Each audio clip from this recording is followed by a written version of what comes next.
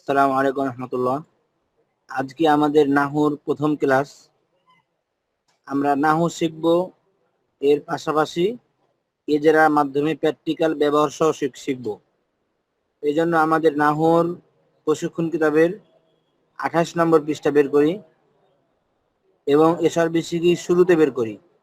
এশার বিসিকি 1 নম্বর খণ্ড আদ-দরসুল আউয়াল প্রথম পাঠ। তো এখানে এশার বিসিকি পড়ার নিয়ম আমি কিছু বলে দিই। প্রথমে এশার বিসিকি যে শব্দগুলো আছে এই শব্দগুলো আপনি মুখস্থ করবেন, মুখস্থ করে আপনার পার্শ্ববর্তী কাউকে শোনাবেন। আপনাদের পরস্পরে যারা ক্লাস করতেছেন তারা একজন শোনাবেন, অথবা আপনার আশপাশে যারা থাকবে আপনি একজনকে বলবেন ভাই আমার পড়াগুলো একটু শুনেন। তো আপনি শব্দের অর্থ মুখস্থ করে করে আর একজনকে শোনাবেন এবং বারবার নিজে নিজে পড়বেন। শব্দের অর্থ নিজ দায়িত্বে মুখস্থ করবেন, এটা 1 নম্বর কথা। আর আমরা নাহুর মাধ্যমে এশার বেসিকের পড়াগুলো মানে প্র্যাকটিক্যাল বুঝবো নাহুর নিয়মগুলোকে। তো এখন নাহুর প্রথম যে নিয়মটা আমরা শিখবো সেটা হচ্ছে মুবতাদা খবর। মুবতাদা খবর কাকে বলে? যে কোনো আরবি শব্দে যদি ইসিম হয়, শুরুতে ইসিম আসে, তাহলে ইসিম থাকলে বুঝবো যে শব্দটি মুবতাদা হবে। আর মুবতাদা হলেই মুবতাদার পরে খবর থাকবে। এখন আমরা ইসিম কেমনে চিনবো? তো আমরা যে মিজানে, মুনসাইবে এবং ইলমুসরবে পড়লাম, মাজি, মুজারে, আমর নাহি, এগুলোকে বলা হয় ফেল। আর যেগুলো পড়লাম ইসমে ফাইল, ইসমে মাফউল, এগুলো হচ্ছে ইসিম। এরকম ভাবে আরো ইসিম আছে, যেমন কলামুন একটি কলম, কিতাবুন একটি বই। তো এগুলো হচ্ছে ইসিম। ইসিম মানে যেগুলোর মধ্যে মাজি, মুজারে, আমর নাহি থাকবে না, এগুলোকে বলা হয় ইসিম। আলহামদু এটাও ইসিম, কারণ এটা মাঝে মুজারে আমর নাহি হয় নাই। যদি কোন শব্দ মাঝে মুজারে আমর নাহি না হয় এবং অর্থ বোঝা যায়, তাহলে এটাকে ইসিম বলা হয়। আর এই জিনিসটা আমরা দেখব প্রশিক্ষণ বইয়ের পৃষ্ঠা নম্বর 26। পৃষ্ঠা নম্বর কত? 26। 26-এর মধ্যে আমরা ইসিম কাকে বলা হয়, ফেল কাকে বলা হয়, হরফ কাকে বলা হয়, এই যে কথাগুলো বললাম এগুলো সবগুলো পাবেন। তো এখন আমরা সর্বপ্রথম পড়াটা যে দেখবো সেটা জুমলা ইসমিয়া, পৃষ্ঠা নম্বর 28। তো 28 নম্বর পৃষ্ঠা মাঝখান থেকে আমরা দেখি, এখানে লেখা আছে মাঝখানে জুমলা খবরিয়া 2 প্রকার, জুমলা ইসমিয়া, জুমলা ফেলিয়া। তো জুমলা ইসমিয়া মানে যদি বাক্যের প্রথম অংশ ইসিম হয় তাহলে এটাকে জুমলা ইসমিয়া বলা হয়। আরবি ভাষায় পরিপূর্ণ বাক্য 2 প্রকার, জুমলা ইসমিয়া এবং জুমলা ফেলিয়া। এই ছাড়া অন্য কোনো আর বাক্য নাই আরবি ভাষায়। পরিপূর্ণ বাক্য নাই, বাক্য আছে কিন্তু এগুলো অসম্পূর্ণ বাক্য।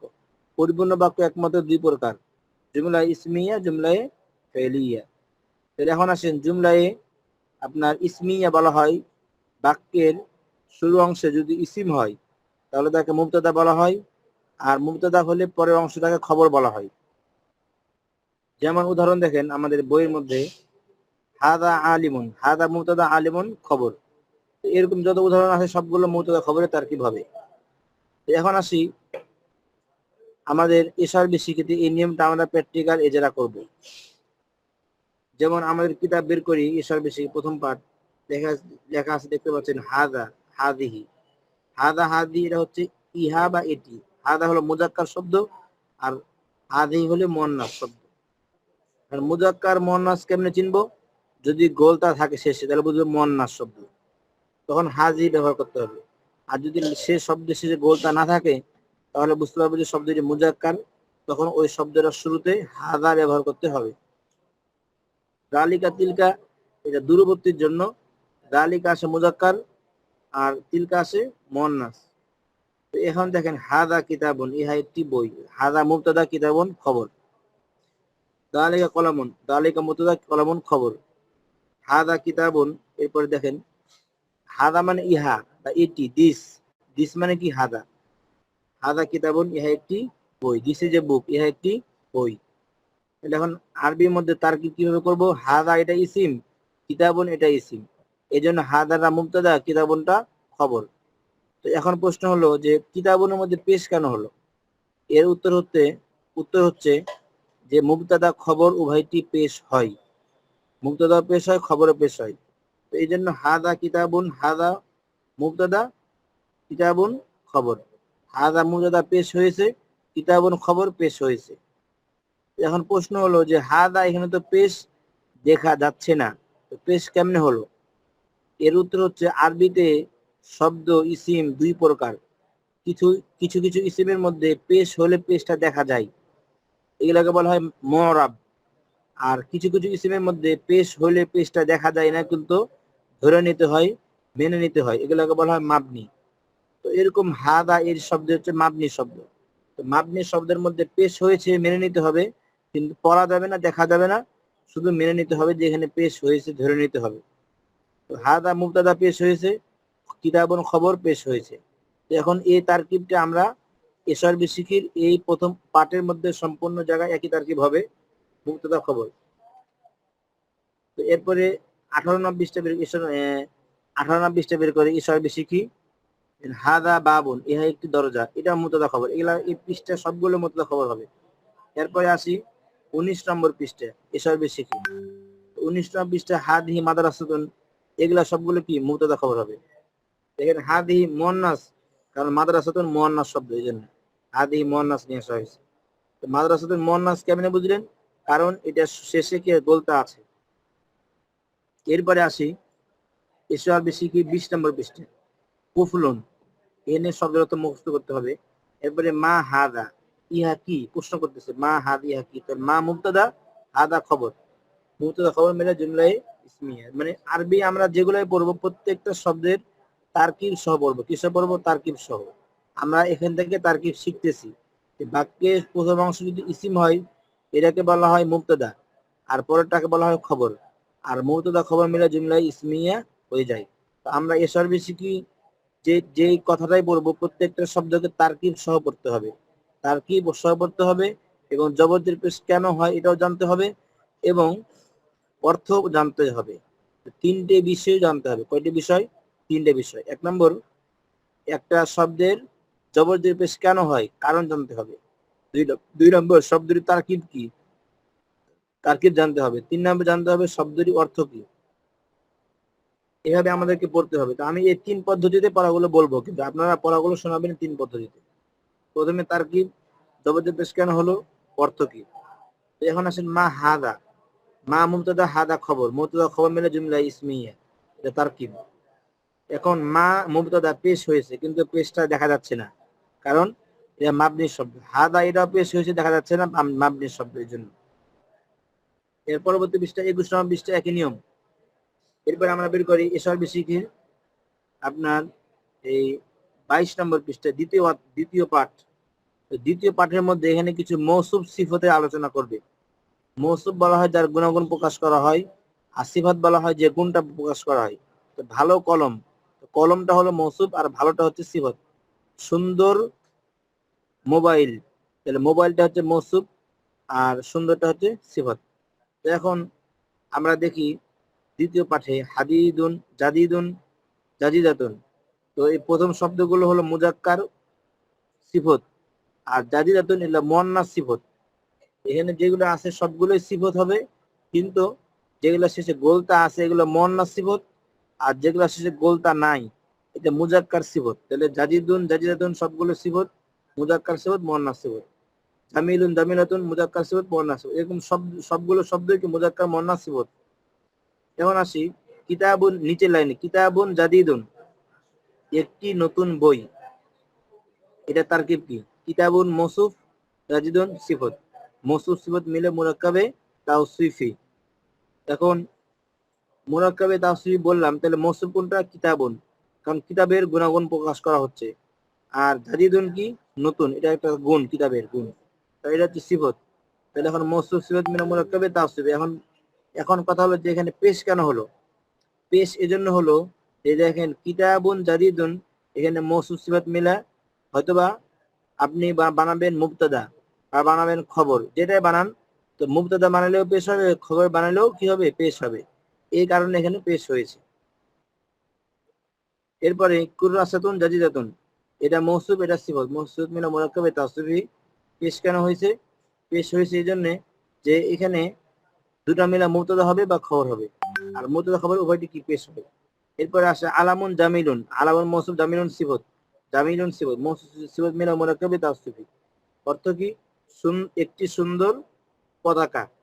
আলামা মানে কি? পতাকা। আর এরপরে দেখি হাদিকাতুন জামিলাতুন, একটি সুন্দর বাগান। তাহলে এই অর্থগুলো আমরা একা একা শিখবো, যেহেতু অর্থগুলো আমরা বইয়ে সব অর্থ লেখা আছে। আর এরপরে দেখি 23 নম্বর পৃষ্ঠা। 23 নম্বর পৃষ্ঠা আমরা দেখতে পাচ্ছি প্রথমে লেখা আছে মিজাল্লাতুন, এখানে লেখা আছে মৌসুফ। তাহলে মৌসুফের পরে আমাকে সিফত দিতে হবে। তাহলে সিফতটাকে মুজাক্কার দিব না মুয়ান্নাস সিফত দিব? মুয়ান্নাস সিফত দিব। কারণ কি?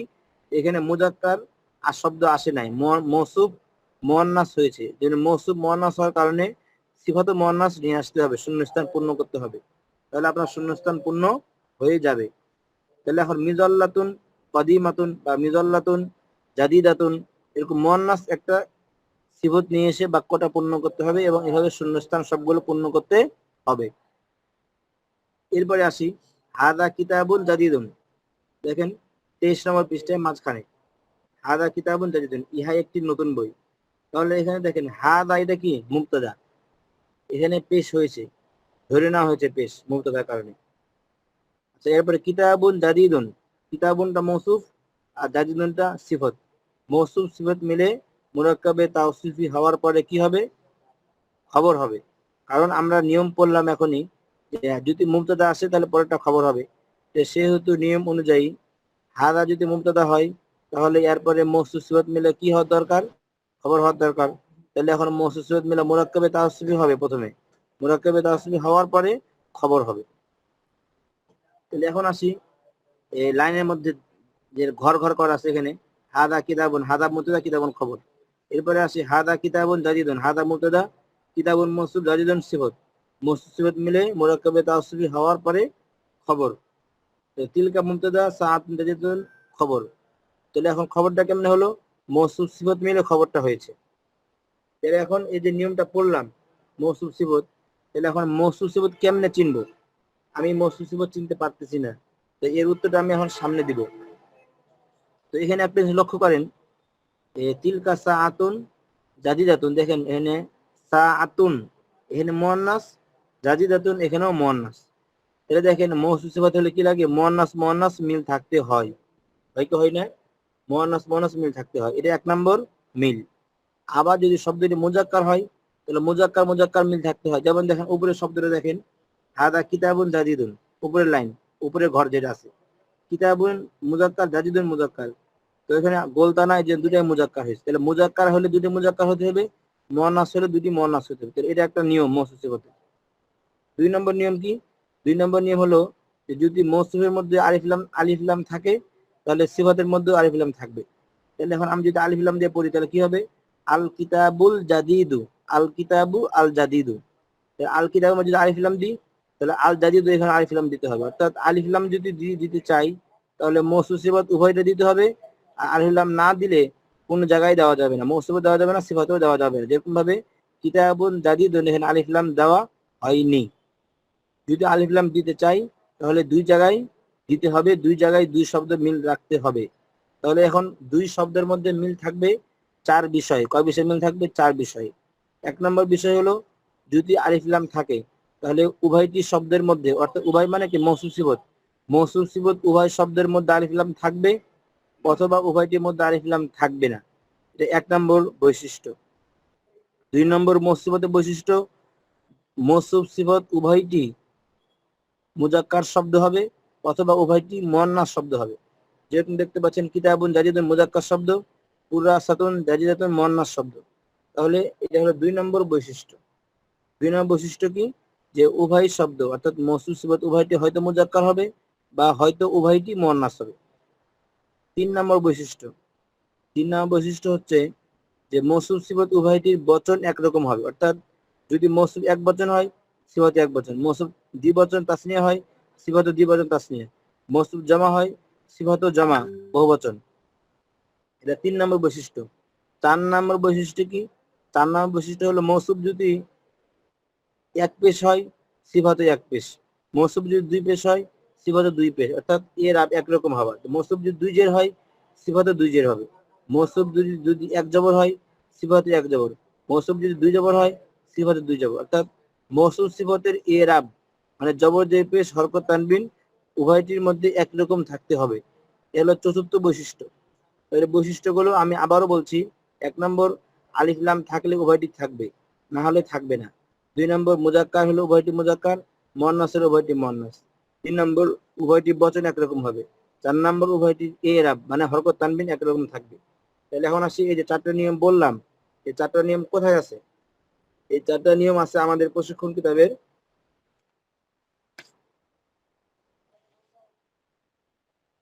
32 নম্বর পৃষ্ঠায়। মওসুফ সিফাতের যে 4টা নিয়ম বললাম, এটা প্রশিক্ষণ কিতাবের 32 নম্বর পৃষ্ঠায় আপনাদেরকে লিখে দেওয়া আছে। আপনারা এখান থেকে দেখে দেখে পড়বেন, বুঝবেন, এবার না বুঝতে পারলে জিজ্ঞাসা করবেন। তো এখন আসি এসআরবি শিখিতে। এসআরবি শিখিতে আমরা মওসুফ সিফাতের যে তারকিব করলাম, এখন এই তারকিবটা কতদূর পর্যন্ত যাবে? যতদূর পর্যন্ত যাবে ততদূর পর্যন্ত আজকে আমাদের পড়া হবে। তো এই নিয়মটা গবেষণা করে দেখা গেছে যে 33 পৃষ্ঠা পর্যন্ত। বলেন তো কত পৃষ্ঠা পর্যন্ত? 33 পৃষ্ঠা পর্যন্ত একই নিয়মে চলবে। তাহলে আজকে আমাদের এসআরবি শিখি পড়া 33 পৃষ্ঠা পর্যন্ত, আর প্রশিক্ষণের পড়া আপনার ওই যে 28 নম্বর পৃষ্ঠা এবং 32 নম্বর পৃষ্ঠা। আর 28 থেকে 32 পৃষ্ঠা পর্যন্ত মনে করেন যে সম্পূর্ণ আজ প্রশিক্ষণের পড়া। আর এসআরবি শিখি 1 থেকে নিয়ে 33 পৃষ্ঠা পর্যন্ত। আরেকটি নিয়ম বলি, দেখেন আপনাদের 32 নম্বর পৃষ্ঠা বের করেন।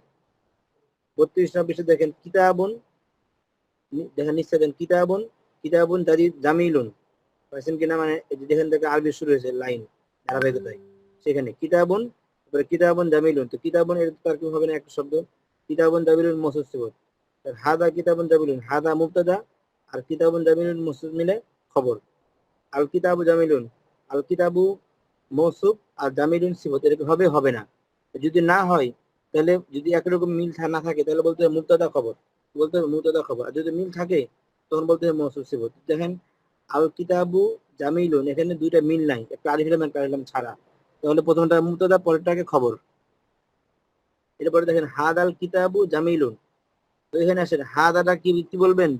ধরে নিন আপনি বলবেন মুবতাদা, তাহলে হাদাকে যদি মুবতাদা ধরেন তাহলে আল কিতাবু জামিলুন এটা কি মওসুফ সিফাত হবে? হবে না, কারণ এখানে মওসুফ সিফাত বলা যাবে না। কারণটা হচ্ছে দেখেন আল কিতাবু আলিফ লাম আর জামিলুন আলিফ লাম ছাড়া, দুইটা ভিন্ন শব্দ, মওসুফ সিফাত হবে না। তাহলে এখানে এই শব্দগুলোতে তার কিভাবে করতে হবে? তাহলে এখন নিয়ম, নতুন নিয়ম শুনেন। নতুন নিয়ম হচ্ছে হাদা দালিকা তিলকা, এই শব্দগুলোর পরে যদি আলিফ লাম যুক্ত ইসিম থাকে তাহলে হাদা দালিকা তিলকা এগুলোকে ইসমে ইশারা বলতে হবে, আর আলিফ লাম যুক্ত ইসিমটাকে বলতে হবে মুশারুন ইলাই। সুতরাং হাদা দালিকা তিলকা এগুলোর পরে যদি আলিফ লাম থাকে তাহলে হাদাকে বলতে হবে ইসমে ইশারা, আর আলিফ লাম যুক্ত যে পরবর্তী ইসিম এটাকে বলতে হবে মুশারুন ইলাই। কারণ ইসমে ইশারা মুশারুন ইলাই মিলে মুবতাদা, আর এর পরেরটা কি হবে? খবর হবে। যেমন দেখেন হাদাল কিতাবু জামিলুন, হাদাল কিতাবু ইসমে ইশারা মুশারুন মিলে মুবতাদা আর জামিলুনটা খবর। কিন্তু আগের বাক্য দেখেন হাদা কিতাবুন জামিলুন, হাদা মুবতাদা কিতাবুন জামিলুন মওসুফ সিফাত মিলে খবর। ওখানে মওসুফ সিফাত মিললো আর এখানে মিললো না, কারণ কি? কারণ দেখেন ওখানে হাদার পরে শব্দটি আলিফ লাম যুক্ত নাই। তো যদি হাদা দালিকার পরে আলিফ লাম যুক্ত না থাকে তাহলে হাদাটা সরাসরি মুবতাদা হবে, আর যদি হাদার পরে আলিফ লাম যুক্ত থাকে তাহলে হাদারা ইসমে ইশারা, পরেরটা মুশারুন ইলাই, ইসমে ইশারা মুশারুন ইলাই মিলে মুবতাদা হবে। তো এটা হচ্ছে নিয়ম। তো এখানে 33 পৃষ্ঠা পর্যন্ত আপনাদের আজকে বিষয় বেশি পড়া, সবগুলো পড়া বুঝতে পারবেন ক্লাসটা ভালো করে দেখলে। আজকে এই পর্যন্ত পড়া, ইনশাআল্লাহ আগামী ক্লাসে আবার এরপর থেকে হবে। আসসালামু আলাইকুম।